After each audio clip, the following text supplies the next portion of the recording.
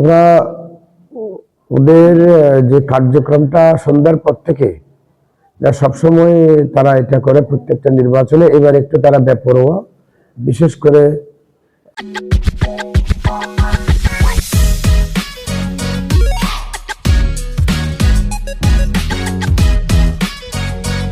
যেটা সব দিক থেকে নিয়ম বহির্ভূত, আইন বহির্ভূত এবং নির্বাচন কমিশনের বিধি বহির্ভূত কার্যক্রম।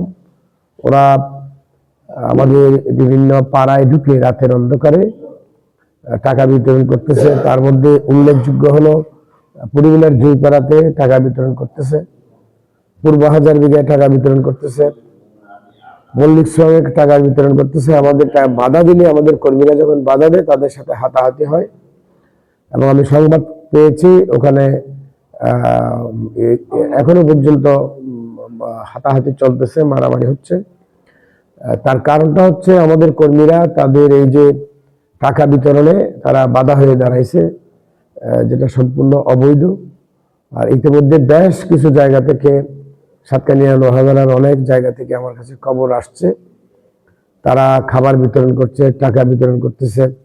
আমি প্রশাসনের দৃষ্টি আকর্ষণ করছি, যত দ্রুত সম্ভব প্রত্যেকটা জায়গায় আপনারা টহল বৃদ্ধি করুন, প্রশাসনিকভাবে দায়িত্ব নিয়ে অভিযানগুলো পরিচালনা করুন। কারণ সুষ্ঠু ভোটের জন্য মারাত্মকভাবে অন্তরায় এই যে টাকা বিতরণ করা, খাবার বিতরণ করা এবং বিভিন্ন জায়গায় যে মারামারি হচ্ছে, হাতাহাতি হচ্ছে, সেটাও আমাদের কালকে সুষ্ঠু ভোটের অন্তরায়। আমি মনে করি এই মুহূর্তে আমাদের পরিবেশটা ঠিক রাখতে হবে, নির্বাচনের পরিবেশটা ঠিক রাখা সকলের জন্য উচিত। বিশেষ করে দেশে একটা অবাধ সুষ্ঠু নির্বাচন হোক, সেটা দেশবাসী প্রত্যাশা করে। ওরা সবসময় অপকৌশলের আশ্রয় নেয়, তারা স্বাভাবিক প্রক্রিয়ায় নির্বাচন কোনো সময়ে তারা করে নাই এবং করবেও না। তারা প্রভাবিত করে নির্বাচন করার জন্য তারা সবসময় করে। আমি প্রশাসনের হস্তক্ষেপ কামনা করছি, দ্রুত ব্যবস্থা নেওয়ার জন্য অনুরোধ জানাচ্ছি। আমি তো মাত্র খবর পেলাম, আমার উইদিন হাফ এন আওয়ার, আধা ঘন্টার মধ্যেই আমি বিভিন্ন জায়গা থেকে ফোন পাচ্ছি। ওরা টাকার বস্তা নিয়ে বিভিন্ন জায়গায় ঘুরছে, বিভিন্ন সংখ্যালঘু গ্রামে ঢুকতেছে, বিভিন্ন জায়গায় ঢুকতেছে। আমি এটার দ্রুত প্রতিকার চাই। কালকে সুষ্ঠু নির্বাচন, যাতে আমাদের দেশে কাঙ্ক্ষিত নির্বাচনটা সুষ্ঠু হয়, অবাধ হয়। ধন্যবাদ। দেখেন, সেটা আপনারাই দেখতেছেন আমরা ধানের শীষ কিভাবে সারা পেয়েছে। এটা ধানের শীষের গাড়ি, সাতকানিয়া, লোহাগড়া। এখানে আপনার সাধারণ জনগণ এবং বিশেষ করে বিভিন্ন শ্রমিক, কৃষক, ক্ষেতমজুর এবং প্রত্যেকটা পেশাজীবী থেকে শুরু করে বৃহত্তর জনগোষ্ঠী ধানের শীষের পক্ষে জোয়ার উঠেছে, যেটা তারা কোনোভাবেই এই জোয়ারকে থামাতে পারছে না এবং তারা অপকৌশলের আশ্রয় নিচ্ছে। এই যে যেটা তারা সব সময় করে আসছে, বিভিন্ন কৌশলে মানুষকে বিভ্রান্ত করার চেষ্টা করছে, কিন্তু তারা কোনোটাতেই সফল হয় নাই। তারা জান্নাত বিক্রিও তাদের তেমন ভালো জমে নাই। 2026-এর নির্বাচনকে সামনে রেখে তারা এখন আমাদের যেটা সবসময় করে, মৃত ব্যক্তিদের ভোট দেওয়া, প্রবাসীদের ভোট দেওয়া।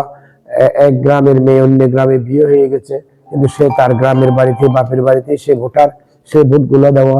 তারা সমস্ত অপকর্ম করেই, তারা নির্বাচন বিরোধী কার্যক্রম করেই তারা ভোটে জিতার সবসময় চেষ্টা করে। এবারও তার ব্যতিক্রম নয়। ধন্যবাদ।